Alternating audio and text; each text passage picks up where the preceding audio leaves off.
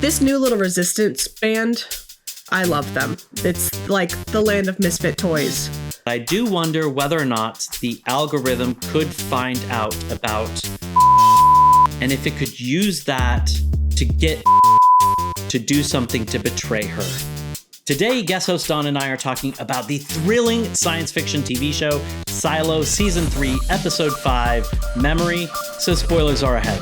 We'll be talking about Camille and Robert's complex relationship, The New Rebellion, Bernard, Critical Supply, and so much more. Quick shout out to our channel members. Thank you so much for your support so we can continue making these videos. And with that, let's get into the episode. I've got to say, I loved this episode. This was a good episode. It was! We got a bunch, and we also had some emotional stuff. I like when there's emotional moments in TV shows, as long as they're done well. It's not melodrama. And this show doesn't do a lot of those kind of emotional moments. When it does, I do think it does them well. This one had one of those, and I very much appreciated that about this episode. Yeah, this was a good episode. I felt like we got a lot of information. We got confirmation of a lot of information. We got to see new characters learning the information. So we're all on the same page. It also felt a little bit artfully done. You know, I don't think that this is the most artsy show. And it was interesting that it kind of had that very first intro scene that it went into slow motion for it to, I think, really let that kind of like emotional moment hit of like the urgency of them rushing to try and save Juliette. The, you know, having the black and white moment with Sims, you know, and his family. It was interesting because I don't feel like this show gets very experimental. And so it didn't at all feel out of place. But at the same time, it was not similar to what they've done in the past. Yeah, definitely. I agree. So anyways, I very much appreciated these kind of aspects of it. But let's get into some of the meat and potatoes, because you said that we got a bunch from this. I mean, I think the big thing is that Common is the one helping. That was a big, you know, we talked about that last episode, that who was helping Walker. It had to be somebody. Walker had to be involved because they was down in the Digger Void. And we hypothesized that possibly Common or possibly Rob, also known as Common, could be helping. And we got that confirmation right out the gate. Yeah, and I felt like it was really cool the way that they showed us, because I feel like there's real emotional weight around what is going on with Robert Sims and Camille. It was very sad to have Bernard tell Robert that she has been told, like, it's worse for her than it was for him. And Bernard said that it was bad. It was terrible for him. So you can imagine it being worse. And then, you know, saying that she can't talk about this to anybody and it's got to be eating her up alive. This is something that, you know, Judge Meadows had learned. And I think it was possibly the thing that led her to her alcoholism. And so it's just, it's sad to see this situation going on, that she learned something terrible she can't share with anybody. He learns what she's going through and he can't comfort her. Otherwise, I assume the algorithm will see that moment and will realize that he has information he shouldn't have and possibly want him taken out. And so he just has to watch his wife struggle and like try and pretend that he's there for her. I don't know. I'm not getting the like caring. Like, I think he's more frustrated that she has access to this information and she's not sharing it, you know? And I think Rob has a thirst for knowledge. He wants to know. He wants to be in the room where it happens. He wants to know. And he doesn't get to be in the room. He's repeatedly not allowed in the room. And now that his wife gets to go in the room, he thinks like, okay, I'm going to know also. I'll finally get to have this knowledge. And then for her to be like, yeah, I can't tell you that. I think that really got to him. I think that affected him.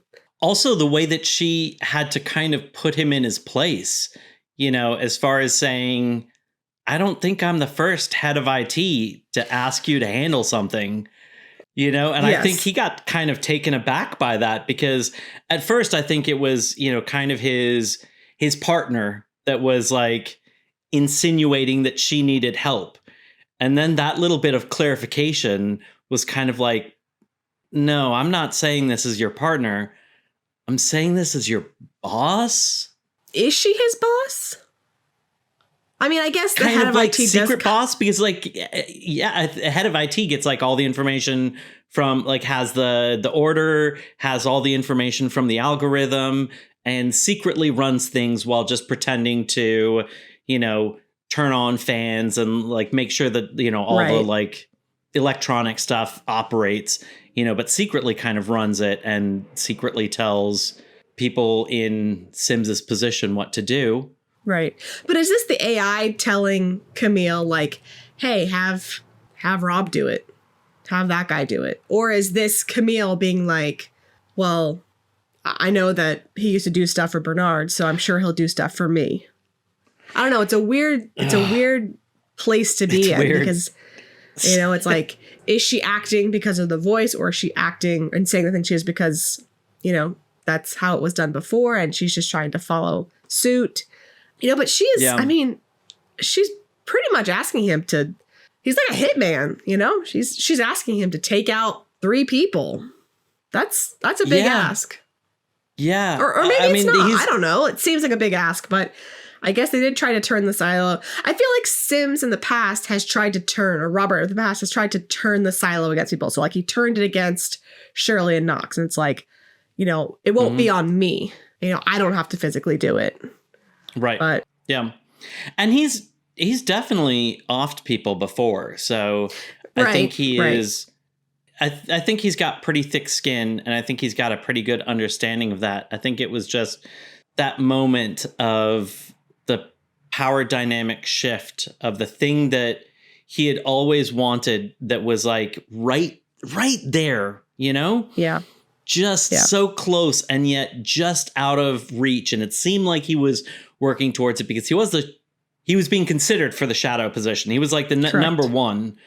And then he finally did get like officially canned from the position. And then as Bernard is on his way out, he's like, hey, if you want this, it's yours. Because, you know, I'm leaving. Nothing can stop you. And then the algorithm takes it away. So I think what you said about the frustration, I think, you know, between Robert and his wife, Camille, I think I did get that as well, but I got that in that scene where they were, you know, where she kind of like switched up the power dynamic and said the thing about, you know, I'm not the first head of IT to ask you for something like this. And I definitely got it there, but I did feel a shift after that when Robert was talking to Bernard, and Bernard said the thing about, it's worse for Camille than it was for me, because she learned about the protocol, the safety protocol, and she must be being eaten up inside. And that's when I kind of thought that it must be tough for him, because I still think he has like some of those wants of wanting to be, wanting to have that position, wanting to have that power, but now she has it. But like he's gotta feel for her, and like having heard that about his wife, that's got to be tough to get. And like I said, he can't try and console her about that information, because he can't let her know that he knows. And so he has to just keep pretending the situation that he's pretending. He's got to pretend to help her while secretly undermining her while secretly sympathizing for her for what she's dealing with. Like, he's not trying to undermine her out of malice. At this point, I think he legitimately, the information he got from Bernard, he realizes if the algorithm can turn on the safety protocol, we all lose, you know? So maybe the being on the algorithm side is wrong. And so, like, he's not trying to undermine her because he disagrees with her. It's that he disagrees with her boss, but he can't let her know that. And it's messy. It's emotional, but I like it. Yeah, I feel like Bernard humanized Camille in this episode. I feel like since this season has started, we've kind of seen her starting to act in a very, what's the word I'm looking for? I don't know, but she's making tough decisions. It kind of makes her unpopular. But we don't know that, right? Like, we don't. We don't. Like, we see her come out the gate ready to erase everybody's memory and ready to, kill these 3 people. And that wasn't, Camille was a raider, but I don't know. It's just like she's really becoming someone it's an aggressive thing. Like, we see her manipulating Juliette, with the pills and the stories they're telling them. And it feels like her and Robert are concocting this story that they're going to say how things went down. And I feel like Bernard really humanizes her in this. And he kind of explains to Robert, like, what it's like for her. And because obviously you wouldn't look at Camille when she's outside of that AI room and think that she's struggling with some of these choices. Like, she comes off very confident in her decisions. She comes off very confident in her actions. She doesn't think twice about putting the rat poison in the mines, even though people are in there and they're going to die. She comes off kind of in an aggressive way. And we as the viewers have heard the AI, so we know a little bit about what is going on in those rooms. But when she comes outside of those rooms, she is confident and she comes off kind of cold. And I do feel like Bernard explaining it to Robert helped him obviously understand what's going on and kind of humanized her. And the fact that she had it even worse, because Bernard came off kind of cold sometimes in the earlier seasons. Yes. And so for him to think that she has it even worse, just, again, for me, just really put it into perspective. Yeah, I think this storyline has humanized both Bernard and Camille, because I don't think Bernard was the most likable in the beginning, and especially when he turned against Juliette, because it seemed like he was, it seemed like he had a grudge because she took the heat tape, and then he kind of tabled that and said, look, I don't like you, but we obviously need to work together. Let's put our stuff aside. Let's work together. And then it turned out that, he was just saying that. And in the end, he ended up, capturing her in the cornfield and claiming that she said she was going to go outside. And you could see how terrible, like the level of terrible things that Bernard would do. And it made him seem bad. But now that you kind of, I don't think we saw a huge perspective of the algorithm. And I think it's interesting seeing it with Camille this season, where it has like charts and graphs showing, the current trajectory of people within the silo. And it's like, okay, well, here's where things are heading. Here's the cutoff point. If we can fix this problem before that, we're good. If not, we, release the safety protocol. And so that's why we need to get her memory in check. If we can't do that, we need to get everybody's, we need to, it's much more interesting seeing that it's not just kind of like an all-seeing voice that's saying, hey, I saw this happen. Instead, it's also running these very complex calculations, and simulations, and being able to like come up with charts to support that. I agree about Bernard and Camille's, like how much they've changed and how many different sides of them we've seen. I do think it was smart the way that Bernard immediately came out with information when he saw Robert Sims. Like the first thing he says is, I know the voice wants me dead. Like he is, Robert wants information and Bernard is giving him the information he wants in hopes to survive and live and, keep the silo going. And Robert, he starts to wrap him in plastic and he puts the plastic over his face. And then you can tell that he wants that information. And I think he wants to know what's going on with his wife. And it sounds like Bernard is willing to tell him. I thought that was an interesting and smart way for Bernard to survive. Yeah, I think exactly what you said of pointing out that he knows that the algorithm wants him dead. I think that makes Robert listen for a moment, because then he understands what's about to happen and he understands that he has a very limited time to make his case, and that's kind of his way of saying, hey, I know what's about to happen. Just give me one moment, and I definitely think that like catches your attention. And Robert Sims, I think, has maybe the best character arc in this far. I agree. But I also think that Bernard has a great one because Bernard understands that he's done terrible things and that he deserves a terrible fate. Like he wasn't begrudging if Shirley and Knox dropped him. He was like, look, I get it. Yeah. I won't hold that against you. I don't think that he was pleading for his life with Robert Sims because he wanted to live. I think it was kind of like, I need a second to try to right some wrongs. And I understand that I don't deserve this, but I am uniquely positioned as like the only person that knows some things. And so to a certain extent, you need me to get this done. I'm not saying that because I want to be alive, because I deserve to be alive, but because there is some stuff that you need my help for. And that's what I'm asking for, is like to have that chance to help you guys is kind of the way it came off to me. And that's sad to have somebody kind of come to that realization of like, I don't deserve to be here. I've done terrible things. Your hate against me is deserved.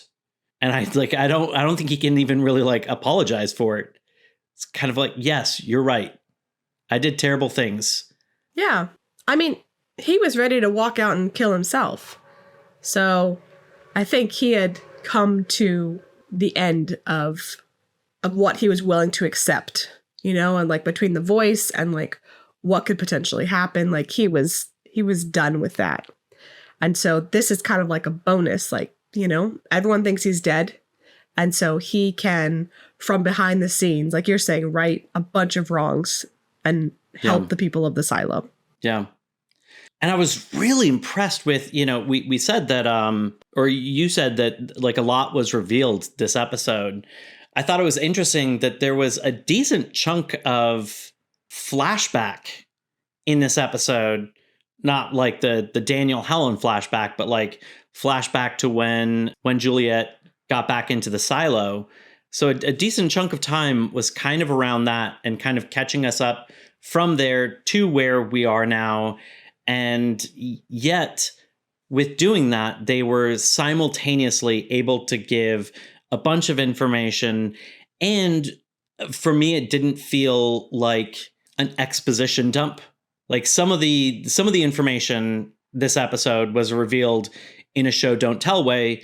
I know we're going to get to it later, but like Daniel and Helen in the car was a big show don't tell moment, that gave us a lot of information. And so I was impressed with like the density of information without it just feeling like an exposition dump. Yeah.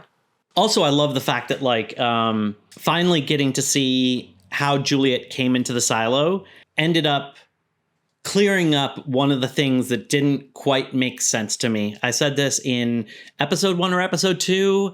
Okay. I said that making Juliette the mayor was a mistake. I was like, she is she's a little too high profile. She has access to things that are dangerous for Juliette to have access to. Mm-hmm. I don't know who made this decision, but it was not a good decision. I remember thinking the same thing. And now that has been clarified, and it's like, oh, Robert Sims, what a smart way to make her safe.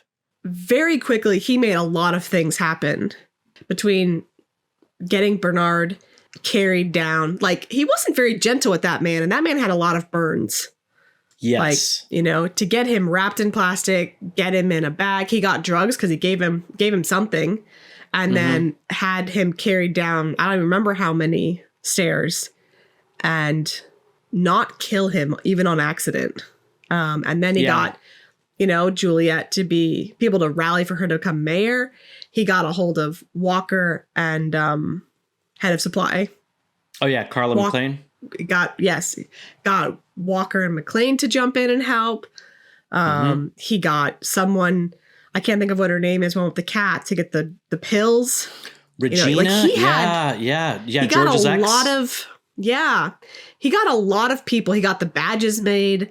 Like, in a very short period of time, he got a lot done. And I feel like that really speaks to, yes, he is resourceful and he will get it done. I think his thing is like, he's a fixer. He's the type of guy that you have an issue and he'll fix it. He'll make it go away, whatever it is. And he's so resourceful. He can use whatever is near him. He's super fast about it, because time is very important in sensitive issues. And he's intimidating. Oh man, he's intimidating. He's so intimidating. If he comes up to you and says, I need you to do this, I don't feel like there's a lot of people that will say no. That's kind of what Bernard pointed out when he was like, where'd you get the badges? And he's like, oh, I know a guy who owes me something. And it's like, so you intimidated him. He's afraid of you. Yep. Yeah. I don't know how many people can, like, while holding and petting a cat, which is like one of the most calming looking pieces of imagery, can just have this threatening aura about them. And it's just, he's so great with that. It's interesting because, like, I think there are different types of intelligence. And, like, I don't think that he is the Lucas Kyle type or like the Juliette type. I think those two are kind of similar, but in a different way. Juliette looks at physical things and she can't help but to, she's an engineer, so she can't help but to, like, think about how they work together and to figure out, the solution to any problems that come up with those physical things. I think Lucas is kind of like that, but with the larger world. He was able to figure out information about, like, the stars in the sky without knowing that they were stars, things that people way back, like Galileo, figured out. He's figuring out just by sitting in the cafeteria and writing down observations. So he's not that kind of, like, smart, but he's a different type where it's like that resourcefulness, I agree. I think that Lucas Kyle is very book smart. Juliette seems to kind of run off of instincts and, question things and, kind of investigate and try things. And I think Common is just kind of street smarts about, how he's going to get his information and what he can make happen. But they're all very intelligent individuals in very different ways. Yeah. Yeah. So it's interesting seeing all of them together. Speaking of together, this new little resistance band, I love them. It's like the land of misfit toys where, it's got Patrick Kennedy and Lucas Kyle and Robert Sims and Walker and McLean and Juliette. Then they brought in he's not the sheriff. What is that officer's name who had the watch? Hank, I think. Hank, deputy. Yeah, Deputy Hank. This little group of misfit toys and Bernard, obviously, and now Shirley and Knox, like, just a big group that has found themselves in this predicament that generally wouldn't hang out together. And I'm here for it. Yeah, and it's interesting that they There are like some people that they brought in because they felt like they had to, like Hank was brought in because they felt like they needed something from him, the watch. It was funny that Lucas and Patrick Kennedy were not supposed to be part of that.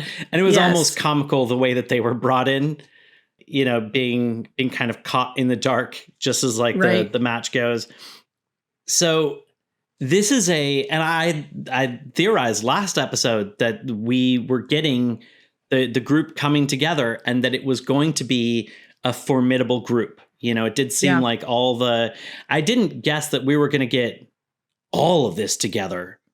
And so I do have a theory that it's going a little too well for them and that there is going to need to be some tension in order to give them a setback. And I have a theory about what that is. Okay, let's hear yours, because I have an idea, so I want to hear yours too. Let you go first. Okay, so in the comments, I heard an interesting theory, which I like. 2-3 episodes ago, we saw when Knox and Shirley were together. You know, relationships are supposed to be sanctioned. Not all of them are, especially in the down deep. You know, it's a little bit further away from like the top. So it's possible they have an unsanctioned relationship. But if they don't want to worry about their relationship, especially after being the head of the rebellion, they may want to not be on the radar for bad reasons. So they might have gotten their relationship sanctioned. And as Shirley was putting her shirt on, it lingered on a scar that she had. And somebody theorized that she is pregnant. Oh. That they took out her birth control. Oh. Interesting. Okay.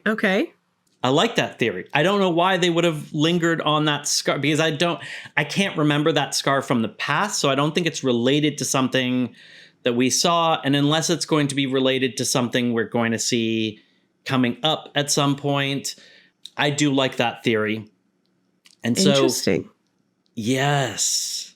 And if she is pregnant, and that seems like the type of thing that the algorithm, you know, has information about. I don't remember what it said, what vitals it got from Camille that it was able to say, like, I can tell from your cortisol levels, I think it was, you know, that you're lying to me. I don't know if there's like temperature sensors. And so it can tell that like her daily temperature is going up, or if I don't know if this is gross, if it's able to like test the water in the bathrooms because it was set up as kind of like a surveillance state. And so it would know something like that.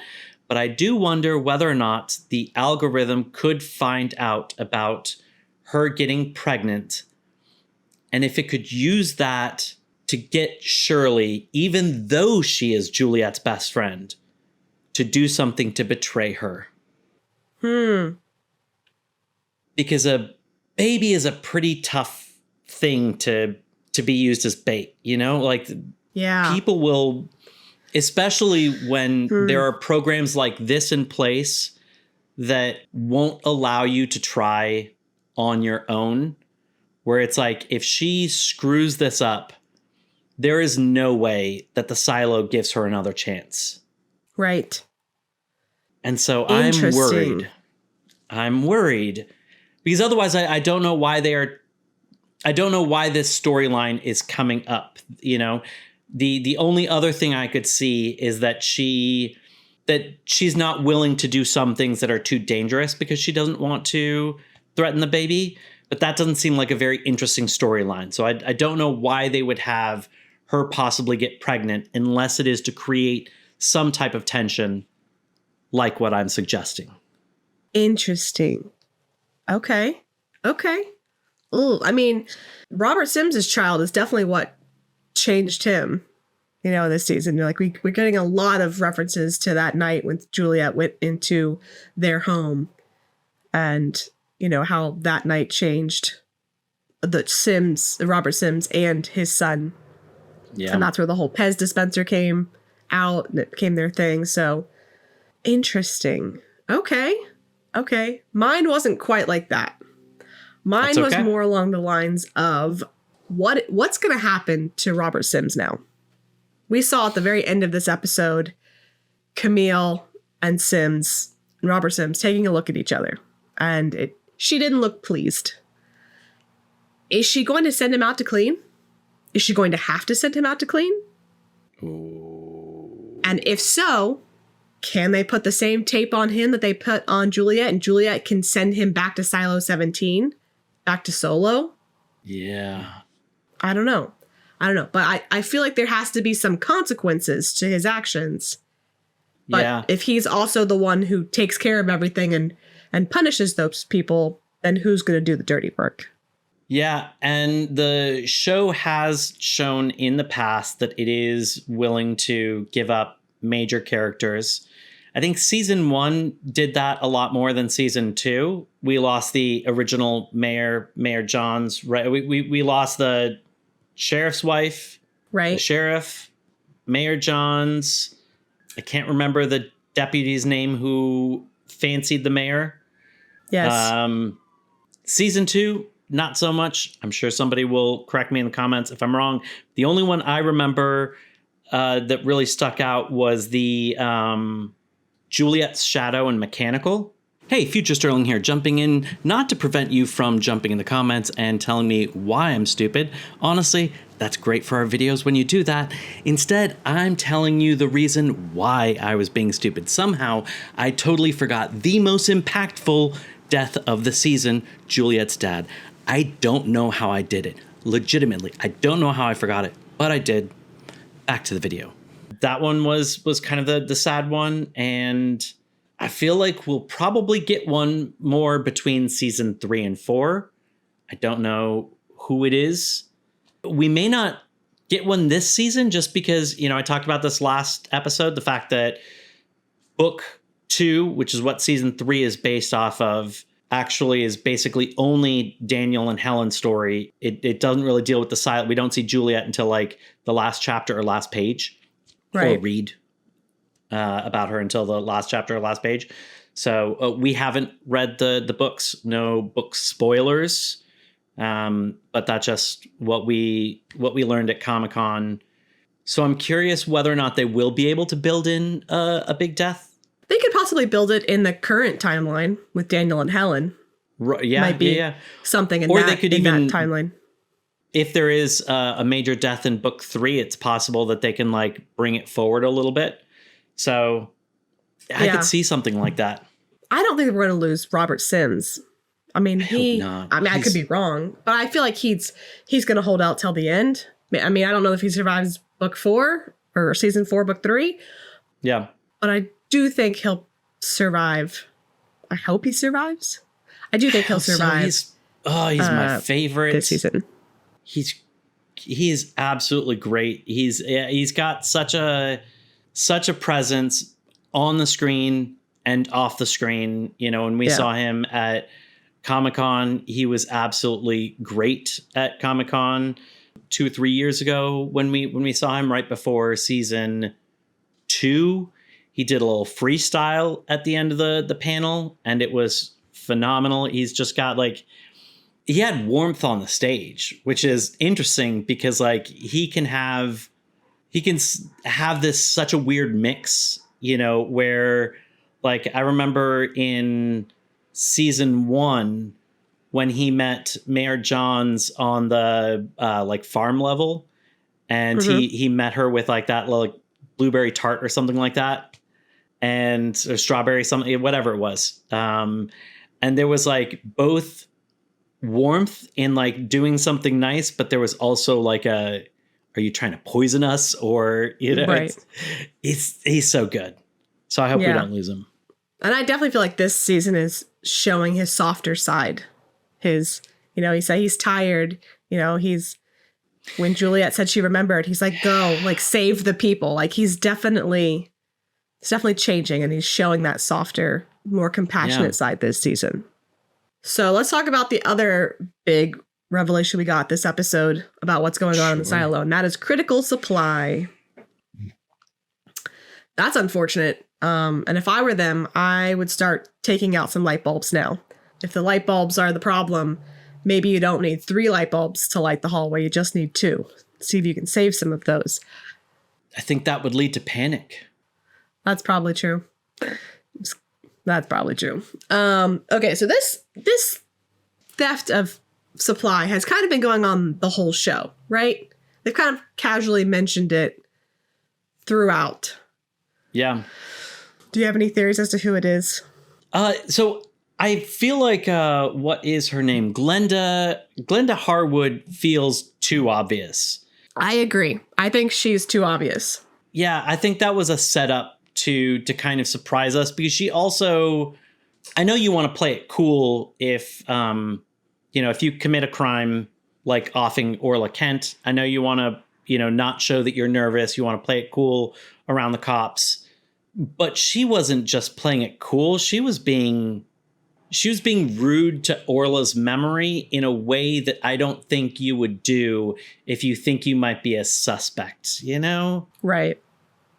I also feel like Mike Davidson, the boyfriend of both shadows, is too obvious. Maybe I'm wrong, but that also feels too obvious. But I feel like those are the two connections. I feel like whoever it is somehow connected to those two. Because McLean said either she or the shadow had to be there to get anything out of critical supply. We know that Glenn has been the shadow. We know that Orla was then made the shadow. Mike Davidson's been there, it sounds like, the whole time. So, I don't know. But I just feel like those two are just too obvious. Like they served them up on a platter to us. Right. Yeah, exactly. That's how I kind of feel. So we have seen that there are other ways to move around in the silo this season. Yes. They did show that you can possibly use trash, like the trash chute. It is dangerous, but you can see that Patrick Kennedy is using that a way to move around in the silo. We did see with the nurse that she had some secret cupboard, some like Lion the Witch in the Wardrobe shit going on that she could do. Yes. And I do think that there is the possibility that, we also saw with like Patrick Kennedy's group that they did have like a secret door. Yep. And I do think that Ed Harwood, the head of the mines, that it is possible that the mines might be able to tunnel in somewhere. Yes. And that is Glenda's dad, right? That's Glenda's dad. So, but that doesn't necessarily mean that they're colluding together, or it could even be somebody else from the mines. I think the fact that Orla's body was found in the mines is a clue that, because, they had to know where to go in the mines. That would be a corner that no one would go to. So I do feel like the mines are connected in some capacity. Yeah, I would say my best guess right now is going to be that it is Ed, and that maybe Glenda and her boyfriend-ish aren't necessarily a part of it. Okay. What is the point of stealing light bulbs? Like, what are you going to do with those? Keep your room alive? Yeah, I think it's one of those things where when it's coming properly from supply, that it's not always timely, because because Carla has an inventory. She understands how long this is supposed to last, and so she has tracked that, like, we're only giving out X number every month, year, something like that. And it's like, if we've hit our quota, I don't care if you have light bulbs that have gone out, we are not replacing them until we have an opening in the quota. So I think it's one of those situations where it's like there's lights that go out in one of the rooms where people are, maybe it's in like the trash chute. It's like you need those lights, right? And so, because it's dangerous with all the stuff falling down. And so somebody from there knows somebody in the black market that somehow has access, and so they got a light from there. That's my guess. Okay. Do you have any thoughts? I don't have any thoughts. The only thing it's like, obviously I think the mines are connected to somebody who can maneuver around the mines, which is it sounds like it's probably a lot of people that go in and out of the mines. I do think Glenda's too obvious. I kind of think Mike Davidson's too obvious. Yeah. So I like your theory about maybe having a secret door or tunneling around and being able to get in that way, because that kind of fits with how they're getting around the systems in place. I like that. Yeah. Okay, let's jump to present timeline. And let's talk about this car situation. Barely got any. I know. Of the present timeline. And yet what we got was fire. Holy crap. We didn't see the stuff on the dashboard or anything. Right. Driving the car like we did see in the airplanes. So now it just seems like a Waymo that's gone out of control. Yeah, and it's not even like it was the most high-tech vehicle. It was a van. It was a minivan. I doubt it was, like an all-electric minivan. Unless this whole thing is a plan, is a plot. Daniel said he didn't even know that computer that he got the phone call on could receive calls. And he was like, well, Sam must know because he worked for NSA. And then he's like, I rarely hear Sam this upset. So is there a chance that Sam is in on it? Is there a chance, or not even that Sam's in on it, but that maybe Sam's voice is an AI? Daniel seemed to really believe that was him. Interesting. But I mean, if I really put on my hat that I borrowed from Mark while he's out of town, and I really put on my tinfoil cap, could that whole thing be a setup?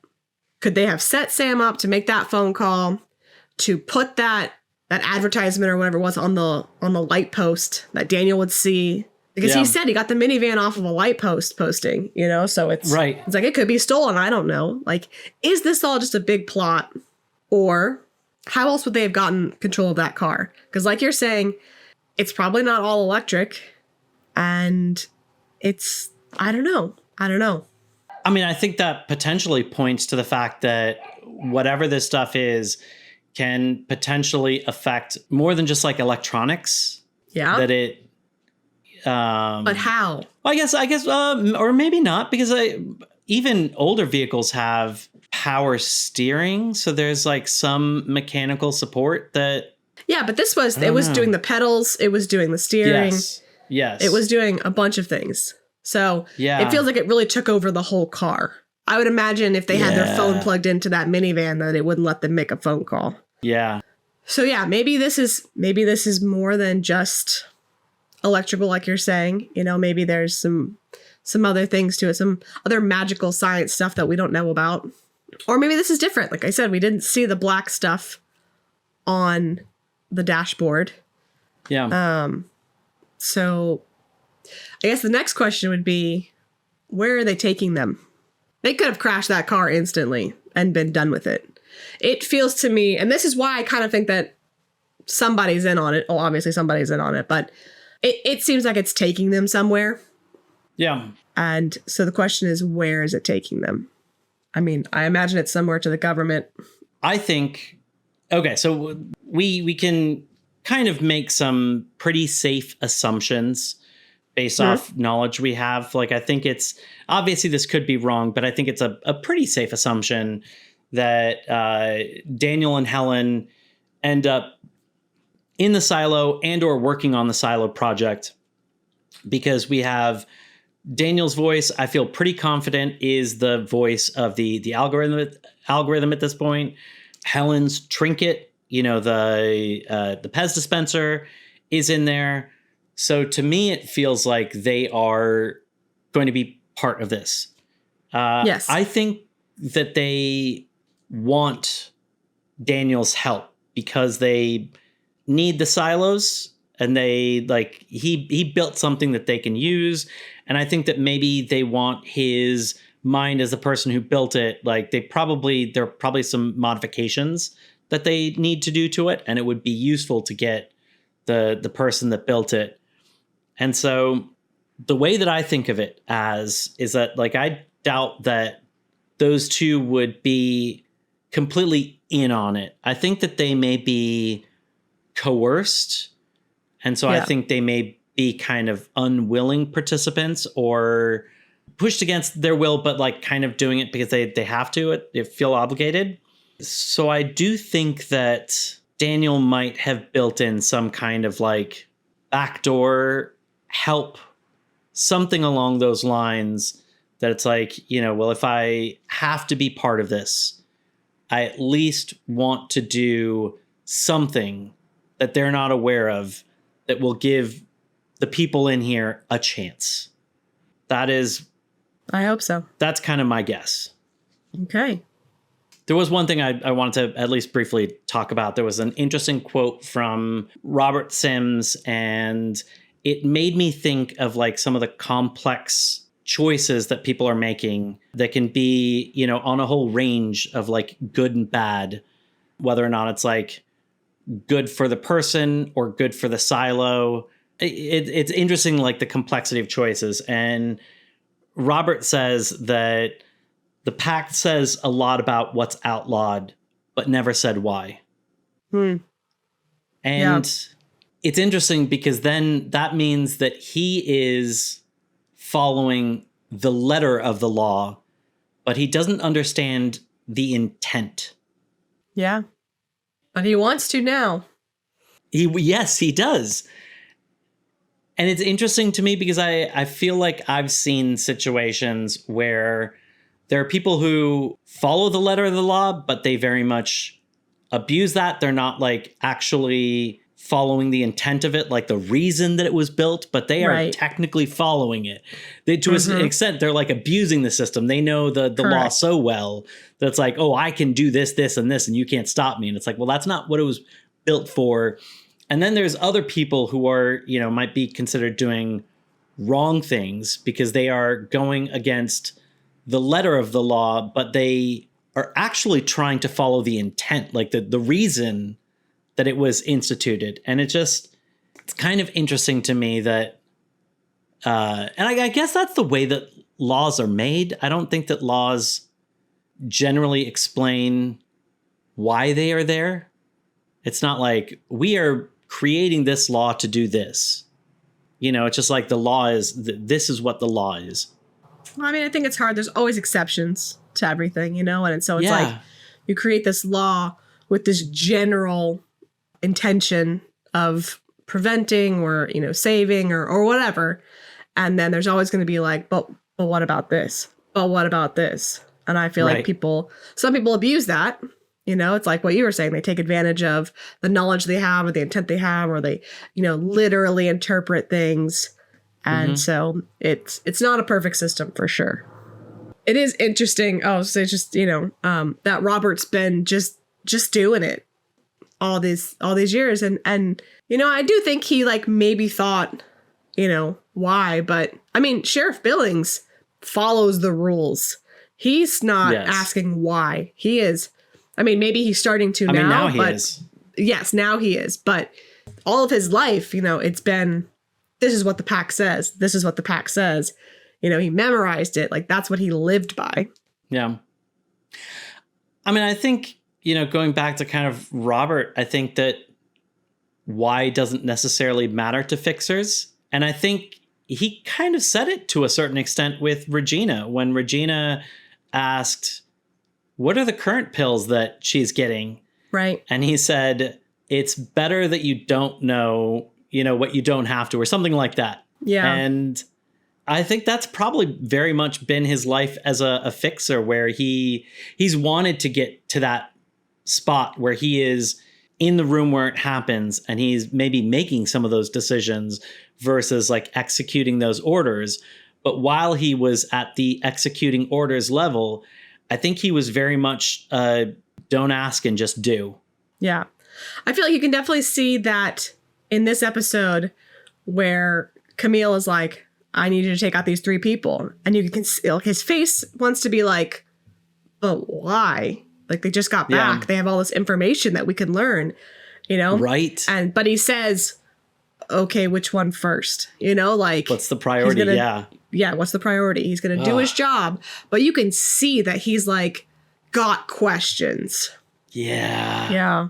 I wonder how much of that is like the fixer in him is used to not out loud asking that, or if this was the situation where he's starting to wake up and he's realizing, yes, I have this question. I think in the past he maybe like honestly didn't even think about the questions. I think like that might have been instinct as a fixer of just like, just do what you're told, keep your head down, don't try and see. I remember in when they were in the observation room and the image went on the screen of the outside image, you know, where it's like the birds going by and everything.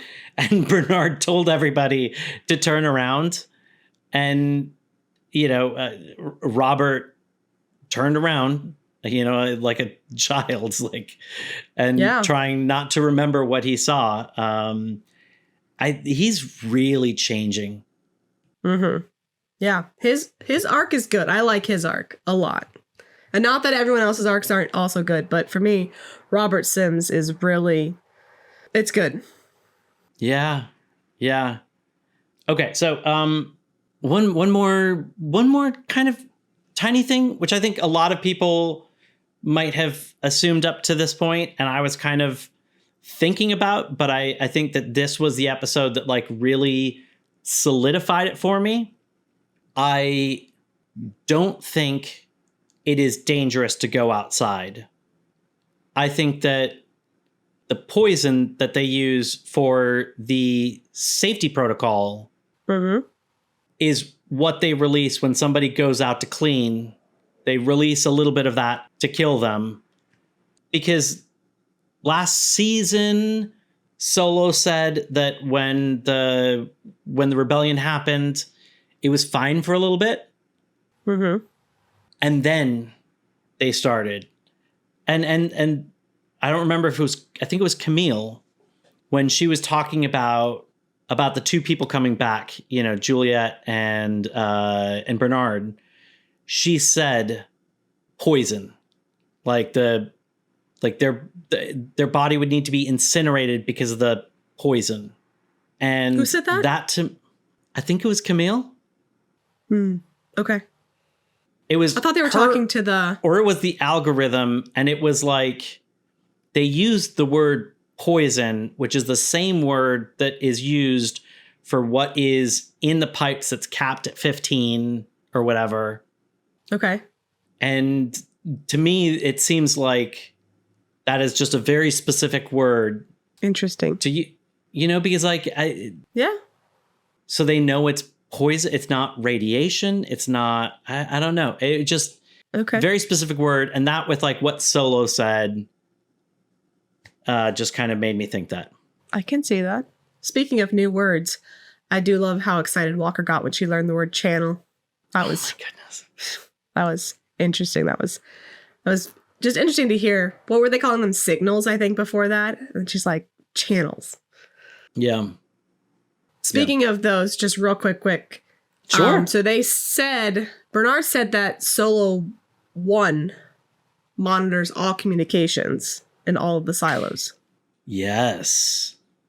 Will Silo 1 play into this and help them? Maybe that's where the safeguard that Daniel put in the silos is. Like, can Silo 1 help them connect with other silos? Or I don't know. I feel like Silo 1, because it was mentioned and we've never heard of it, maybe Silo 1 has some special powers. Because if it's managing everybody, it's also maybe where the gas is coming from. So maybe it's not great people there. Maybe it will become the big baddie of season.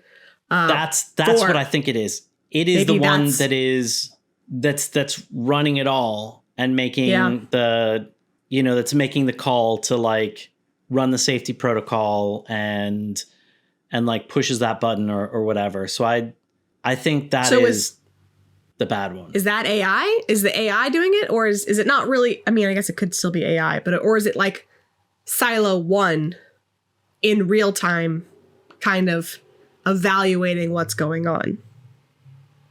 I don't know. There has to be an AI component to this. That's too much to have to manage 50 silos to that level. Right. I don't know. I don't know.